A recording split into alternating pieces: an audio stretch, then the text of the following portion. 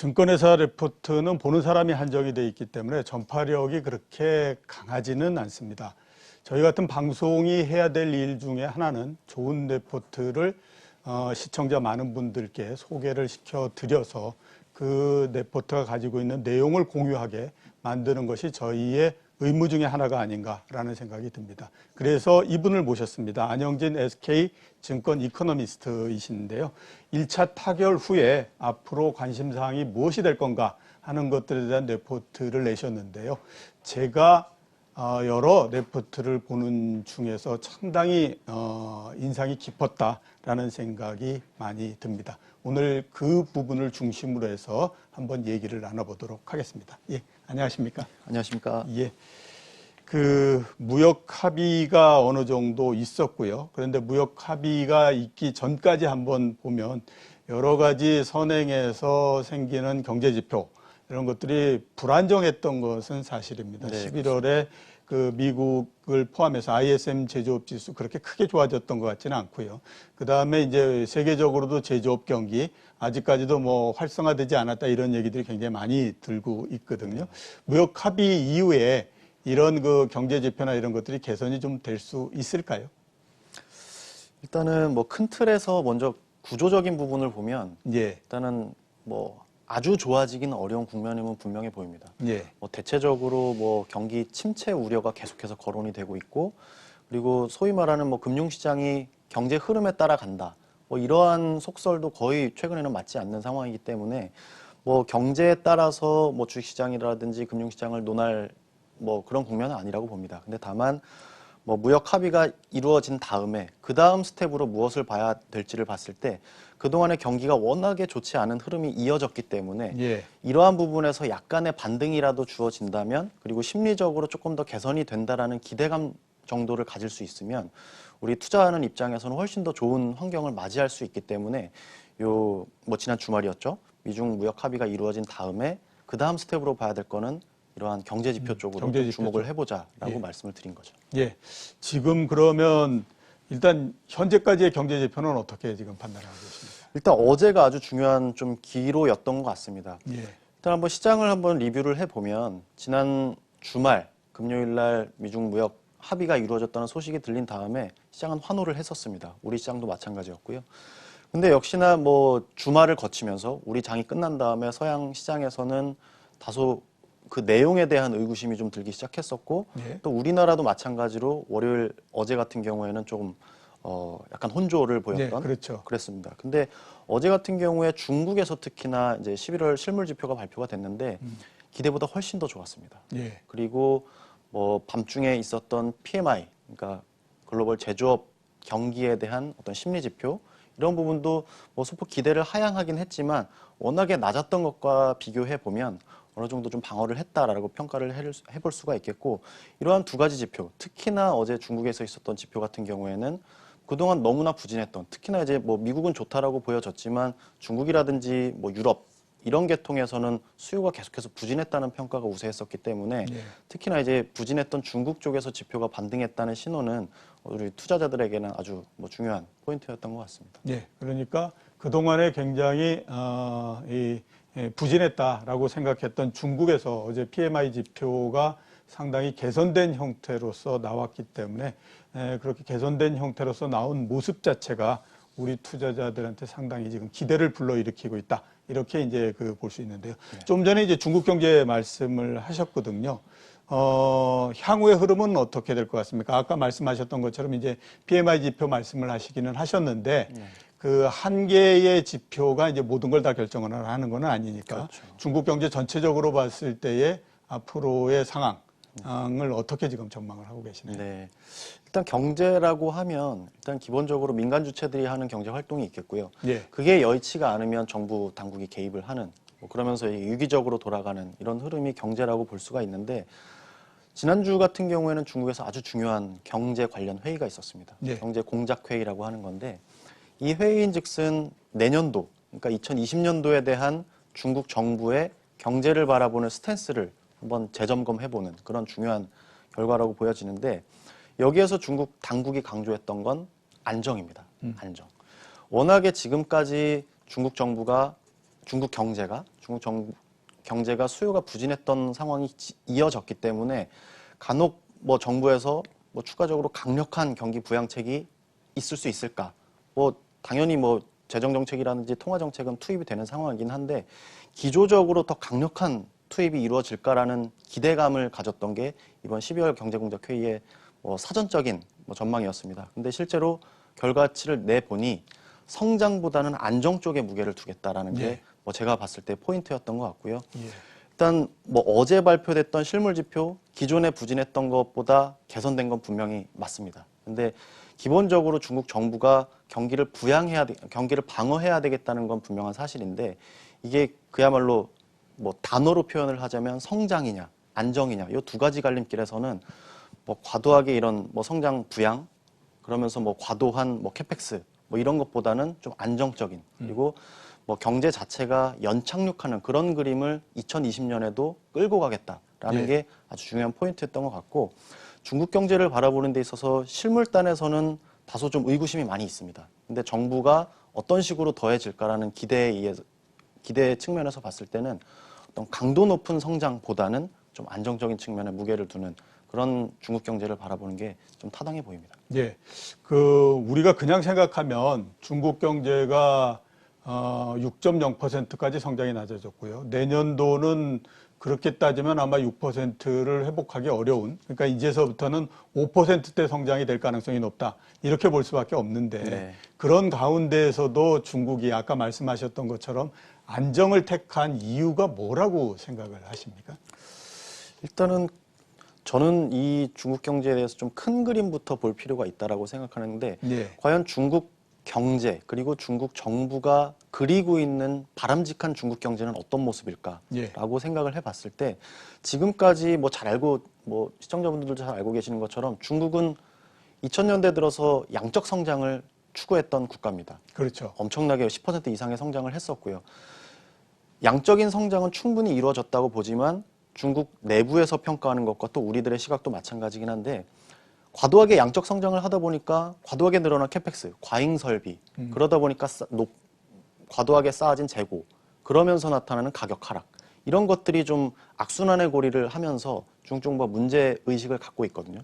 특히나 한 가지 더 하자면 중국 기업들의 부채 문제가 아주 급격하게 높아져 있는 상태이기 때문에 예. 중국 당국 입장에서는 이처럼 경제적인 구조 부분을 개혁을 하면서 기업들의 높아진 부채 비율을 낮추고자 하는 게 아주 중요한 포인트입니다. 예. 그래서 시진핑 정부가 등장을 하면서 그리고 2018년에 2기 집권하면서 표방을 했던 게 구조 개혁이었었죠. 예. 그리고 부채 축소라는 뭐 소위 말하는 딜 레버리징을 추구를 했었습니다. 그래서 저는 이번 경제공작회의에서 성장보다 안정이라고 표방을 한 게 되게 중요했다고 말씀을 드렸는데 기존의 시진핑 정부가 구상을 하고 있던 이러한 큰 그림에 크게 변화가 없을 거라고 보는 게 저는 가장 중요한 좀 시사점이라고 보고요. 예. 그렇기 때문에 중국 정부가 큰 그림을 그리고 있는 부채 축소라든지 점차 이 과도한 설비를 조정을 하고 좀 좀비 기업들을 좀 일부 퇴출시키고자 하는 이런 큰 그림에서는 변화가 없을 거라고 보고 있어서 뭐 사실 이 중국 정부가 강도 높은 성장 드라이브보다는 기존의 어떤 성장률은 5%로 낮아질 수는 있겠지만 예. 그리고 실제로 중국 정부에서는 6% 내외로 표명을 하고 있지만 점차 경제 성장률을 둔화시키면서도 자연스럽게 연착륙을 시키는 소프트 랜딩을 시키는 뭐 그러한 그림을 그리고 있다고 저는 판단을 하고 있습니다. 예, 그러니까 시진핑 정부가 시작된 이래로 구조 개혁, 그다음에 부채 축소 이런 얘기들을 계속해 왔는데 내년도 경제에 대한 전체적인 그림, 그다음에 목표를 정한 것도 그거의 연장선 상에서 계속해서 나오는 거다. 네, 이렇게 그렇습니다. 우리가 이제 판단하면 되겠네요. 네. 예. 다음으로 한번 제가 여쭤볼 부분이 이제 미중 무역 협상 1차 타결이 났기 때문에요. 그다음에 이제 환율이 어떻게 될 건가 하는 것들이 상당히 좀 궁금할 수밖에 없거든요. 네. 우선 제일 관심이 가는 부분이 위안화가 어떻게 될 건가 하는 부분입니다. 왜냐하면 중국하고 미국, 그중에서 이제 중국은 어떻게 생각하면 분쟁의 양 당사자 중에 한쪽이었을 뿐만 아니라 한참 그 분쟁이 붙고 있을 때는 위안화를 조절해서 이거를 대항을 하는 게 아닌가라는 얘기가 있었고, 그래서 7위안을 넘어가는 것까지도 나왔었는데 네. 그 이후에 지금 다시 6위안대로 다시 내려온 상태가 됐지 네, 않았습니까? 왔다 갔다 그 위안화의 현재까지 동향하고 그다음에 앞으로는 어떻게 될 거라고 전망을 하고 계십니다. 네. 최근에 위안화 흐름을 살펴보시면 7위안 위로 높아졌다가 예. 뭐 최근에 다시 뭐 오늘도 7위안 아래로 조금 떨어진 것 같은데 거의 7위안을 뭐 중심으로 해서 왔다 갔다 하고 있습니다. 근데 지난 주말에 있었던 미중 간의 무역 합의에서 미국 측이 강조했던 내용 중에 하나도 환율 부분입니다. 예. 그래서 특히나 이제 관세라든지 무역 부분에 있어서의 여러 가지 뭐 합의 내용을 이야기를 하면서 이 환율 부분이 소위 말하는 이 무역 부분에 있어서의 가격이기 때문에 가격을 지나치게 뭐 속된 말로 좀 후려치게 한다. 그래서 너무나 평가절하를 시키면서 가격상의 우위를 점한다라는 거를 근거로 해서 위안화를 뭐 절하시키지 말아라 또는 위안화 가치를 좀 절상시켜라라는 주장을 한 바가 있습니다. 예. 그래서 여기에 대해서 이걸 고지고대로 믿는다면 미국이 강조하는 부분에 대해서 중국 측이 수용을 할 경우에 위안화 강세가 이어질 것이다 예. 라고 하는 게 뭐 일반적인 생각일 수가 있는데 뭐 저희가 기억을 한번 더듬어 보시면 지난 8월 달이었죠. 미국이 중국에 대해서 환율 조작국으로 지정을 하면서 그때도 논리가 똑같았습니다. 무역 부분에 있어서의 불공정 무역이 이루어지고 있으니 가격적인 환율이라는 부분에 대해서 과도한 절하시키지 말고 절상을 오히려 시켜라 라고 환율 조작국을 지정을 했더니 오히려 시장 반응은 그때 6위안대에서 7위안대로 급격하게 상승을 그렇죠. 한 결과로 오히려 미국이 주장했던 바와 전혀 다른 결과가 나왔었거든요. 그래서 미국이 주장하는 바를 고지고대로 뭐 시장이 해석해서 반응을 할 거다라고 하는 거는 너무나 나이브한 생각일 것 같고요.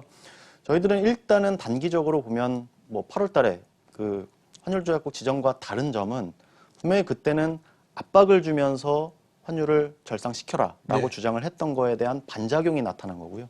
지금 같은 경우는 어떤 우호적인 분위기를 형성을 하면서 더 이상의 압박을 덜 가할 테니 그렇게 해줬으면 좋겠다라는 의미를 내비친 것 같습니다. 그래서 네. 8월 달과는 사뭇 다르다라고 하는 거고 그렇기 때문에 저는 단기적으로 요 7위안 어라운드 요 근처에서 움직이겠지만 뭐 위쪽보다는 아래쪽 좀 형성될 가능성이 높다라고 보고 있고 예. 이건 이제 단기적인 관점에서 말씀을 드린 거고 조금 더 내년 이후에 장기적인 관점을 말씀을 드리면 아무래도 중국 당국에 앞서서도 말씀드렸지만 중국 정부에서는 돈을 더 뭐 일정 부분 더 풀면서 통화 정책은 계속해서 완화적으로 예. 유동성은 공급하는 방향으로 경기는 아주 부양하지 않는 방향으로 연착륙을 시키는 방향으로 보고 있기 때문에 기본적으로 위안화 환율은 달러와의 향방이 중요하지만 예. 자체적으로 위안화 자체적으로 압력을 느낄 만한 요인은 오히려 강세보다는 약세 쪽으로 작용이 될 가능성이 높다. 그래서 저는 내년을 조망을 할 때는